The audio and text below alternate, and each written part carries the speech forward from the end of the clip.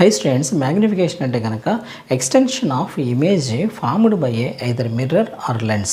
సింపుల్గా చెప్పాలంటే కనుక ఒక మిర్రర్ కానీ ఒక లెన్స్ ద్వారా కానీ ఒక ఇమేజ్ ఏర్పడినప్పుడు ఆ ఇమేజ్ ఎంత హైట్గా ఉంటుంది, ఎంత హైట్ ఇంక్రీజ్ అయింది, దాని లెంగ్త్ ఇంక్రీజ్ అయింది, సైజ్ ఇంక్రీజ్ అయింది ఆబ్జెక్ట్తో కంపేర్ చేసుకుంటే అన్నదాన్ని మనం మ్యాగ్నిఫికేషన్ అనుకుంటాం. ఈ మ్యాగ్నిఫికేషన్ ద్వారా మనము ఇక్కడ మ్యాగ్నిఫికేషన్ని మన ఫార్ములా m = -v/u = h/h. ఇది మిర్రర్కి సంబంధించింది.